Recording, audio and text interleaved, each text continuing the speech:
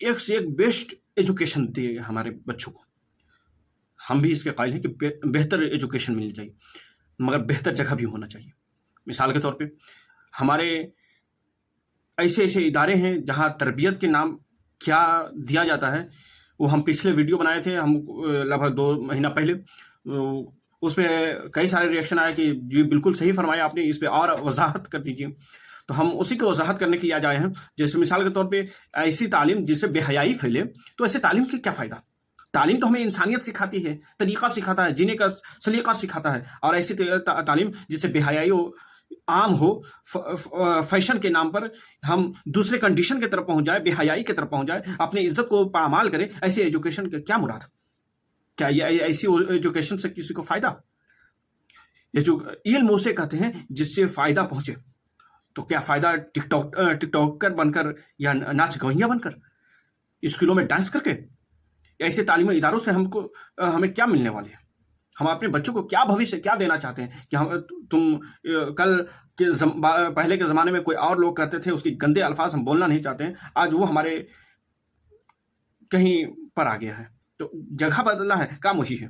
پہلے وہاں جانے والے کو بہت نیچ اور گھنونے نظر سے دیکھا جاتا تھا. آج ہمارے بے پردہ بے حیائی اپنے بچوں کو سامنے دیکھ کر اور تعریف کرتے ہیں، دیکھو میرے بچے نے یہ ڈانس کر رہا ہے. ارے ڈانس کر رہا ہے تو تعریف کرنے میں بھی بے حیائی اب نہیں رہی ہے کہ میرے بچے انگلش یہ کرتی ہے. یہاں بیسٹ ایجوکیشن پڑھائیے، لیکن اس کی ادب و تہذیب ضرور برقرار رکھیں. دوسری بات ہے، اسلام کی تہذیب کے ساتھ ساتھ وہ ہماری ہندوستان کی بھی تہذیب ہے. وہ فل ڈریس پہننا، وہ فل ڈریس کہاں ہے وہ ہمیں نہیں معلوم. اسکول والوں تو غائب ہی کرتے جا رہے ہیں. ہم سبھی کو نہیں کر رہے ہیں، کچھ ایسے ایجوکیشن سینٹر ہیں. ہمیں چاہیے کہ اپنے بچوں کو اچھی تربیت دیں اور اچھے قاعدے کے ساتھ، اور اس ایجوکیشن سے گزارش کریں کہ ہمارے بچے کی یہ اس کنڈیشن میں ہم بھیجیں، اور ان سے درخواست کریں، وہ آپ کی بات کو ضرور قبول کریں گے. ہم تو خود اس پہ فدا ہو گئے ہیں.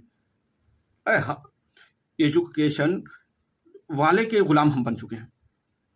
ہم بہت سخت لہجہ یہاں پہ رکھتے ہیں، لیکن ابھی بولنا نہیں چاہیں گے کہ ہم اس کے سخت ایک کے خلاف ہیں. مہنگے فیس دے کر کے اپنے بچوں کو، اور کہتے ہیں کہ ہم بچے کو بیسٹ ایجوکیشن دے رہے ہیں. بہتر آپ بیسٹ ایجوکیشن دیجیے، لیکن اس کا ضرور خیال رکھیں کہ ہمارے بچے کی بے حیائی اور بے ارجانیت کی طرف نہ جائیں. ہونا تو یہ چاہیے کہ تعریف یہ القاب سے کرنی چاہیے کہ ہمارے بچے اچھے قرآن پڑھ لیتے ہیں، اچھی تلاوت کر لیتے ہیں، اچھا خاصا حدیث یاد ہے، کئی سارے مسائل یاد ہیں. تبھی اب جس چیز کا آپ تعریف کیجیے گا نا، قوم وہی اسی میں بڑھے گا. آپ سوچیے گا روپیں گے آم کا پیڑ تو آپ کو املی نہیں ملے گا میٹھا ہی ملے گا. تو آپ نے روپا ہے املی، آپ کھوجتے ہیں آم. جب باپ دادا انتقال کر جاتا ہے نا، تو بڑے بڑے عالموں کو آپ بلا سکتے ہیں، ایک سے ایک ادیب کو بلا سکتے ہیں، لیکن وہ باپ کا بیٹے پر جو فیلنگ ہوتا ہے وہ کیسے ڈالیں گے اس کے اندر؟ مانے کہ یہ اچھے عالم کو لائیں دعا کے لیے کہ ہمارے والدین کے لیے دعا کر دیجیے، لیکن اگر وہ تعلیم نہیں دے پائیں اپنے بچوں کو، تو وہ آپ کے قبر پہ کیا دعا کریں گے؟ آپ کے لیے کیا دعا کریں گے؟ کیونکہ آپ نے ایجوکیشن ہی اسے نہیں دیا. ایجوکیشن کیا چیز کر دیا؟ صرف اس چیز کا. تو وہ بے حیائی کی طرف ہی جائے گا. ایک شخص ہم سے ملے اور وہ کہنے لگے کہ مولانا صاحب، ہماری بچی ہم سے سنتی ہی نہیں ہے. میں کیوں نہیں سنتے ہیں؟ بولے کہ ہمیشہ یہ الگ الگ طریقے سے رہنے لگتے ہیں، یہ ہے وہ ہے. بولے آپ نے ویسے تربیت ہی نہیں دی اپنے بچوں کو. آپ شروع سے جو چیزیں بتلائیں اس پہ وہ عمل کریں گے، کیونکہ شروع میں کوئی چیز کو سانچے میں ڈھالا جا سکتا ہے، کٹھور ہونے کے بعد نہیں ڈھالا جا سکتا ہے. جب کوئی انتقال کر جاتے ہیں یا اپنے کوئی ہم سے جدا ہو جاتے ہیں، تو قرآن پڑھنے کے لیے اب کیا نوبت آ گئی ہے. آپ قرآن پڑھنے نہیں آ رہا ان کو، اچھا مدرسے کے بچے کو بلا لو یا 2-4 حافظ صاحب کو بلا دو، وہ قرآن آ کے پڑھ دیں گے. کیا ہے وہ فیلنگ لاؤ گے؟ نہیں لا پاؤ گے. اور نہیں لا پاؤ گے تو ایسی مراد کیا ہے؟ مانے کہ وہ اپنے بچوں کو ضرور تعلیم دیں اور بہتر تربیت دیں.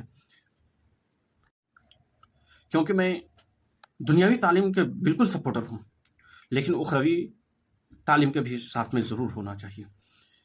اور اگر ہم علم دین کی ہم تعریف کریں تو بہت لمبی چوڑی ہم تعریف کر سکتے ہیں، کافی دیر بحث کر سکتے ہیں، کیونکہ اس کی کیا فضائل ہے، یہ دنیا میں بھی کام دے گا اور آخرت میں بھی کام دے گا ہمیں۔